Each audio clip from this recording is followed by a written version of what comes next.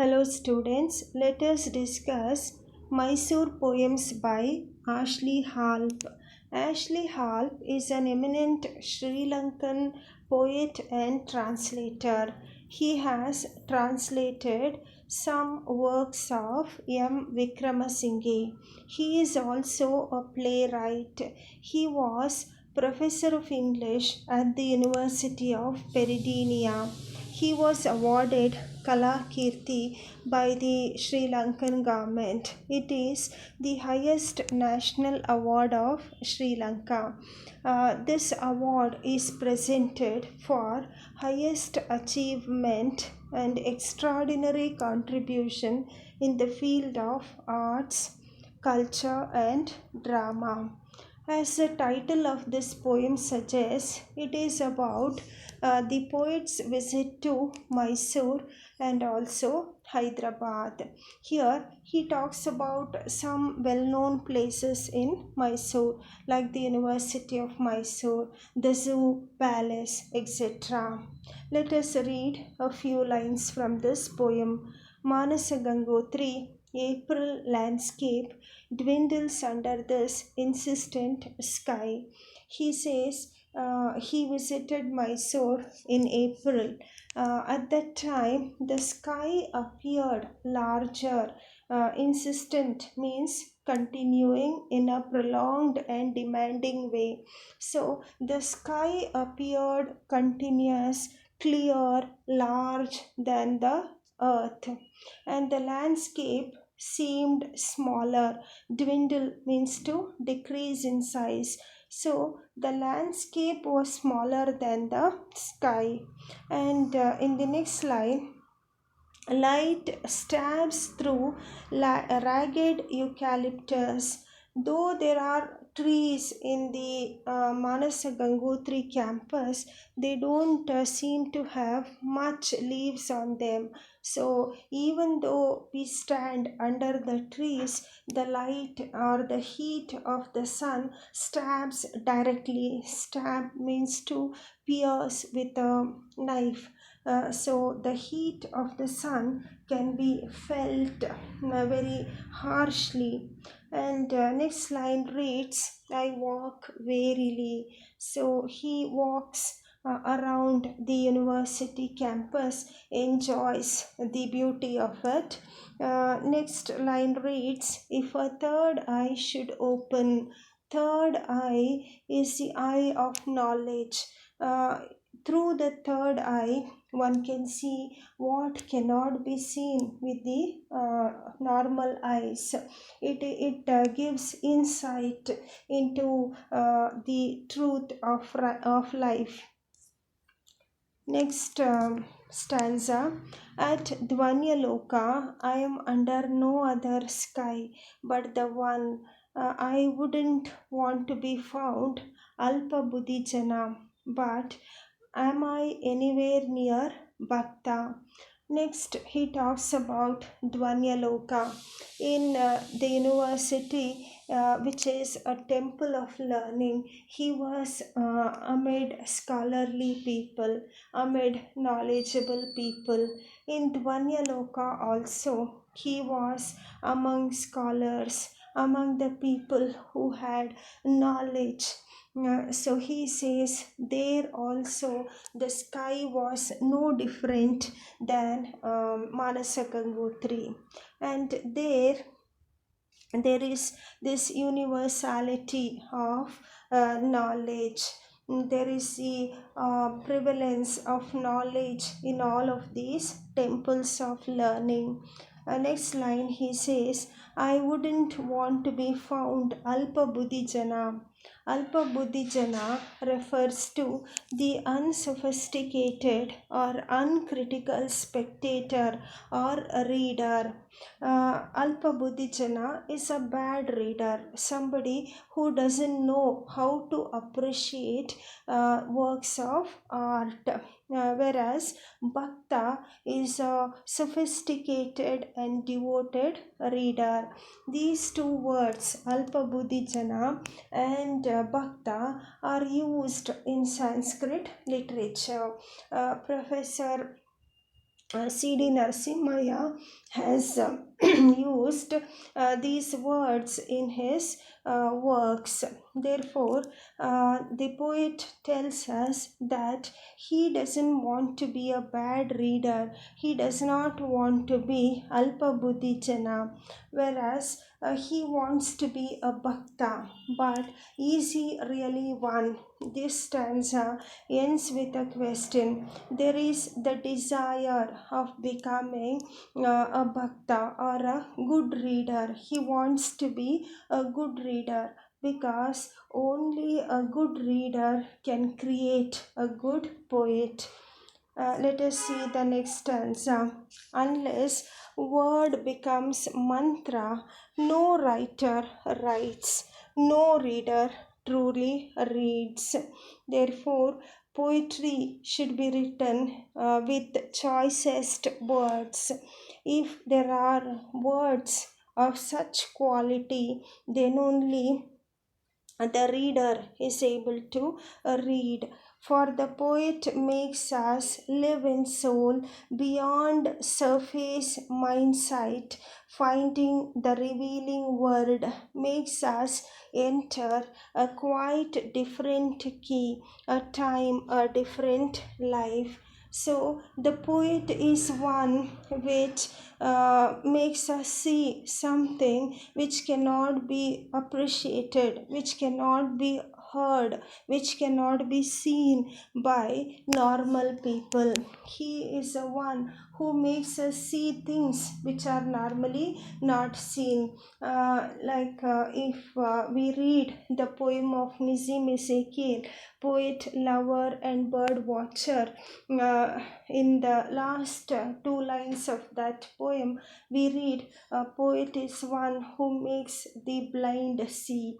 Therefore, an extraordinary poet is somebody who can make the readers see something which is beyond our eyesight.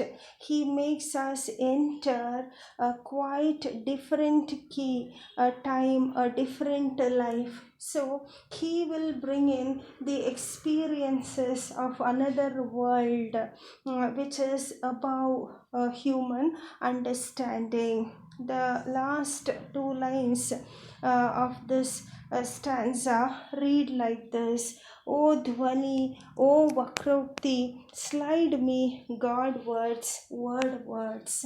Therefore, he wants to realize God through Dhvani and Vakrokti, which are once again Sanskrit words.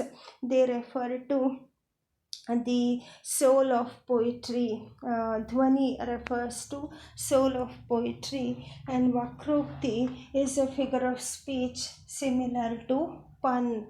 Therefore, through all of these, he wants to reach salvation or heaven or realization of God. The third section of this poem reads like this: In the American Studies Library in Hyderabad, pursuant on relaxing with James Thurber, anent the Macbeth murder mystery. The third section of this poem talks about his visit to the American Studies Library in Hyderabad. He talks about James Thurber, who was his friend. James Thurber was an American cartoonist, author, humorist, journalist, playwright, children's book author, and celebrated wit. He happened to meet James Thurber while he was visiting Hyderabad, and they discussed about Shakespeare's play Macbeth. In that play, Macbeth murders King Duncan. So these two, the poet and James Thurber, discuss that particular scene of murder where Macbeth murders King Duncan. Mary McCarthy assures me that this murderous Babbitt, this pedestrian general, this ordinary Philistine who walks in common places, beginning with the weather, was a ready client for the patent medicine brewed by the jeering witches on the heath. There is also mention of another lady by name Mary Therese McCarthy, who also was present at that time there in the library. The poet and Lady McCarthy have a discussion, and she, being a feminist, had written a note on Macbeth, Shakespeare's Macbeth. In her work, she referred to Macbeth as murderous Babbitt. Her opinion was very controversial. He talked about Macbeth being a common man with common interests, just like Babbitt. Now, Babbitt is the name of a novel by Sinclair Lewis. The hero of this novel, George Babbitt, became synonymous with mindless materialism, love of gadgets, passive and indiscriminate receptiveness to the opinion of others. The novel is a scathing indictment of the middle class definition of fulfillment. This lady, Mary McCarthy, had written on Shakespeare's Macbeth. In her opinion, Macbeth was an ordinary man. He belonged to middle class because his taste or interest was like that of a middleman. He was greedy, he was envious, he wanted to grab things. Therefore, he was just like this character from the novel Babbitt. He behaved just like Babbitt, who was, as we already mentioned, mindless, materialistic man who wanted to grab everything. Macbeth did not have any greatness of character, according to Mary McCarthy. He was just a very jealous and greedy person. And this view of Mary McCarthy was very controversial. Several people commented against her views. Even our poet had a discussion with her regarding Macbeth, and she tells him that Macbeth was indeed a very mean person. They talk about this play by Shakespeare in American Studies Library in Hyderabad.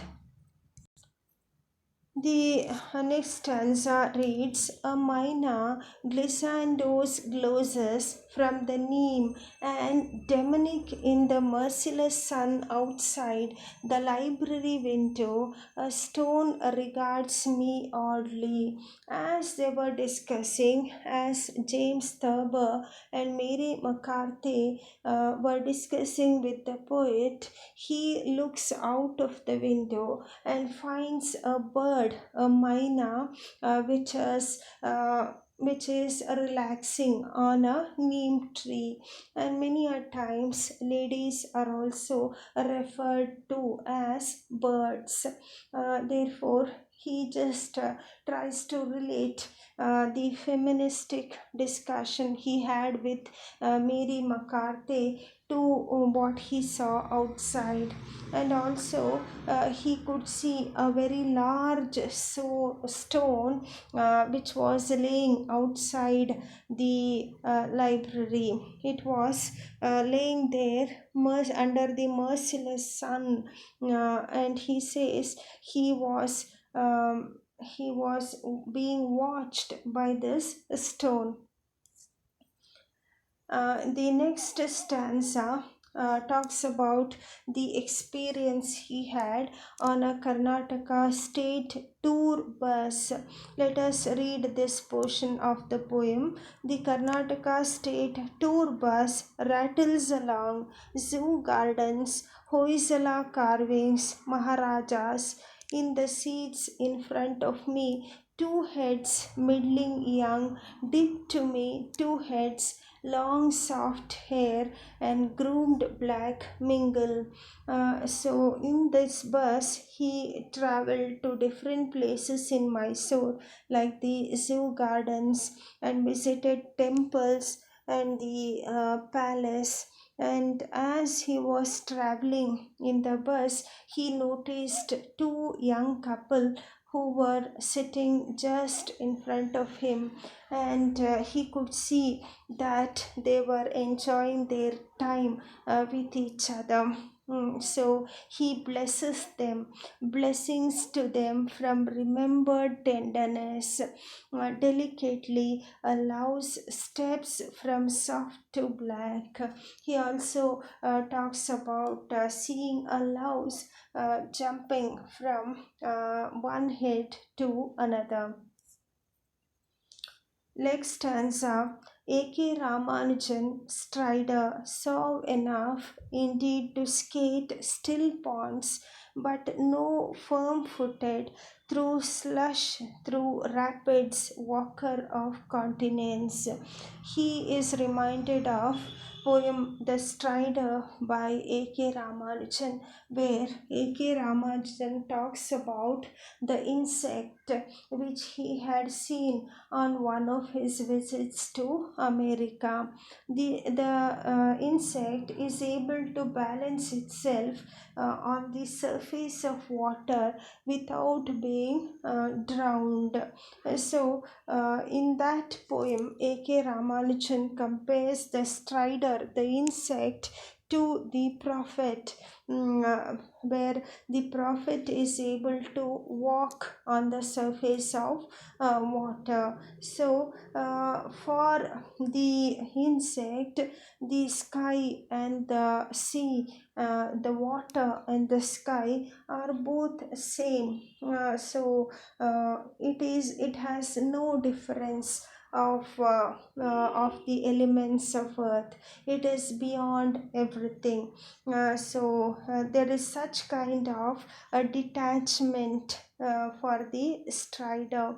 A.K. Ramanujan's Strider is a philosophical poem. Our poet is reminded of this poem by A.K. Ramanujan.